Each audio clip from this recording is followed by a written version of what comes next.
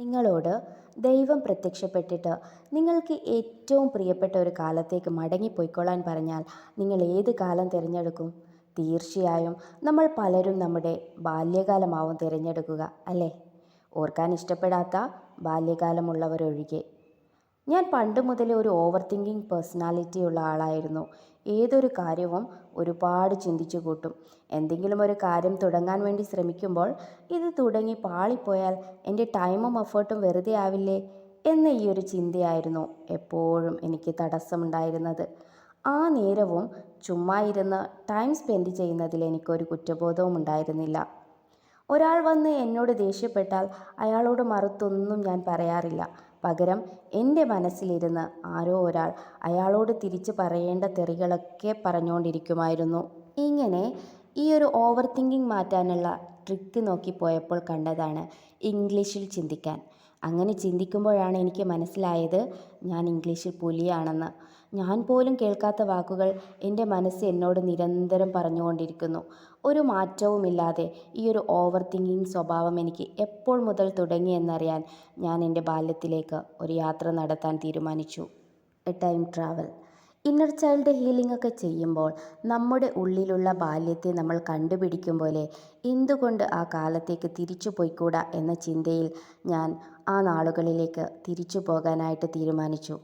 അതിനായി കുളിച്ച് ഫ്രഷായി നൊസ്റ്റാൾജിയ ഓർമ്മ വരുന്ന മുല്ലപ്പൂക്കൾ മുറിയിൽ എനിക്ക് ചുറ്റുമിട്ടു. മുല്ലപ്പൂക്കളുടെ മണം ബാല്യകാലത്തേക്ക് നടന്നെടുക്കാൻ കൂടുതൽ സഹായിക്കുമെന്നത് കൊണ്ടാണ് അങ്ങനെ ചെയ്തത്. പിന്നീട് സ്വസ്ഥമായി ആരുടെയും ശല്യമില്ലാതെ അവിടെ കണ്ണടച്ചിരുന്നു കൊണ്ട് എൻ്റെ ബാല്യത്തിലേക്ക് ശ്വാസത്തിൻ്റെ ഗതി മാറ്റി. ആലപ്പുഴ പുന്നാട് സ്കൂളിൽ പഠിക്കുന്ന തലതെറിച്ച എന്നെ എനിക്ക് കാണാൻ പറ്റി. തല്ലിത്തേങ്ങ തല്ലിയെടുത്ത് അതും കഴിച്ച് റോഡിലെ സോഡാക്കുപ്പിയുടെ അടപ്പുകളും ശേഖരിച്ച് കണ്ട പുല്ലിനോടും പ്രാണിയോടും സംസാരിച്ച് പൊന്നാമയെ പിടിച്ച് കുപ്പിയിലാക്കി കൂട്ടുകാരുമൊത്ത് നടന്ന കുട്ടിക്കാലം. പ്രഭാതമാകുമ്പോൾ 5 മണിക്ക് എണീറ്റ് വീട്ടിൽ നിന്നും 10 അടി അകലെ ബാത്റൂമിലേക്ക് കുളിക്കാൻ കയറുമ്പോൾ അങ്ങ് നോക്കത്താ ദൂരം പരന്നു കിടക്കുന്ന മഞ്ഞുമൂടിയ നെൽവയലിൻ്റെ അങ്ങേ തലയ്ക്കുള്ള ഗ്രാമത്തിൽ നിന്ന് കൗസല്യ സുപ്രജാ രാമപൂർവാ സന്ധ്യാ പ്രവർത്തത്തെ ഉത്തിഷ്ഠ നരശാർദൂല കർത്തവ്യം ദൈവമാലികം. ഈ രാമനാമങ്ങൾ കേൾക്കുന്ന ആ ഒരു സുഖം, ആ ഒരു ഫീലിംഗ് മനസ്സിനെയും ശരീരത്തെയും ഒരുപാട് തണുപ്പിച്ചു. കുളി കഴിഞ്ഞ് ഫാദർ ജോലിക്കും മാതാവ് അടുക്കള ജോലിയിലേക്കും. വെട്ടവും വെളിച്ചവും ഇല്ലാത്തതിനാൽ പെൻഡിങ് ആയ ഹോംവർക്കും കൊണ്ട് ഞാനും ഇരുന്നു. അന്ന് അങ്ങനെ ഒരു വീട്ടിൽ ജീവിച്ചിട്ട് കൂടി ആർക്കും ഒരു പരാതിയുമില്ല, പരിഭവവുമില്ല. പ്രാതലിന് ശേഷം തലമുടി പിന്നിക്കെട്ടി ബാഗുമെടുത്ത് ഒറ്റ ഓട്ടമാണ്. ഓടുന്ന വഴിയരികിൽ വെച്ചാണ് പ്രാർത്ഥന കേട്ടതെങ്കിൽ അവിടെ തന്നെ നിൽക്കും അത് കഴിയും വരെ. ഓരോ പീരീഡ് ടീച്ചേഴ്സ് മാറി മാറി വരും. എന്നാലും ഞാൻ വെയിറ്റ് ചെയ്യുന്നത് ഉച്ച ആകാനാണ്. ഉച്ചക്കഞ്ഞി കുടിക്കാനല്ല. വേമ്പനാട്ട് കായലിൻ്റെ തൊട്ടരികെ താമസിക്കുന്ന ആതിര എൻ്റെ ക്ലോസ് ഫ്രണ്ടെന്ന് പറയാം. അവളോടൊപ്പം അവളുടെ വീട്ടിലേക്ക് പോകണം. അവിടെ ഒരു അലമാര നിറയെ ബാലരമയുണ്ട്. അതൊക്കെ എങ്ങനെ വായിച്ചു തീർക്കുമെന്ന ചിന്തയായിരുന്നിരിക്കണം അന്നെന്നെ ഏറ്റവും കൂടുതൽ അലട്ടിയിരുന്നത്. പ്രതീക്ഷ അവസാനിപ്പിച്ച് ഉച്ചയൂണിനുള്ള ബെല്ല് മുഴങ്ങിയപ്പോൾ അവളുടെ കൈ പിടിച്ച് 2 പാക്ക് നാരങ്ങ അച്ചാർ വാങ്ങി പാക്കറ്റ് പൊട്ടിച്ച് നുണച്ചിറക്കിക്കൊണ്ട് കാടും അരുവികളും കടന്ന് അവളുടെ വീട്ടിലേക്ക് നടന്നു.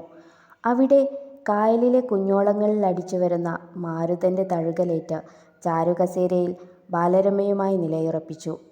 മായാവിയും കുട്ടൂസനും മായാജാല കഥകളിലെ ബദറുൽ മുനീറും ഹുസ്നുൽ ജമാലും ജിന്നി രാജകുമാരിമാരും അന്ന് എൻ്റെ സ്വപ്നത്തിൻ്റെ നിറക്കൂട്ട് കൂട്ടുന്ന ജീവിച്ചിരിക്കുന്ന കഥാപാത്രങ്ങളായിരുന്നു.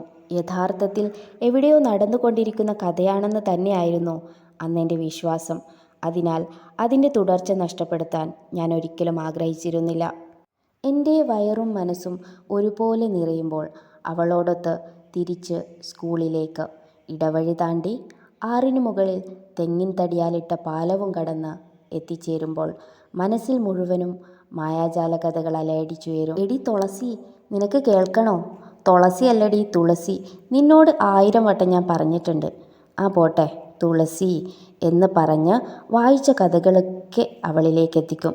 ഇവിടെ എവിടെയും തന്നെ എൻ്റെ ഓവർ തിങ്കിങ് കാരിയെ കണ്ടുപിടിക്കാൻ എനിക്കായില്ല. ആ ബാല്യത്തിൻ്റെ മധുരസ്മരണയിൽ പാടവരമ്പിൻ്റെയും ആമ്പൽക്കുളത്തിൻ്റെയും സുഗന്ധം ആവോളം ആവാഹിച്ച ഞാൻ പതുക്കെ കണ്ണു തുറന്നു. നിങ്ങൾക്കും ഇങ്ങനെ അനുഭവങ്ങളുണ്ടെങ്കിൽ കമൻറ്റ് ചെയ്യാനും വീഡിയോ ലൈക്ക് ചെയ്യാനും മറക്കല്ലേ.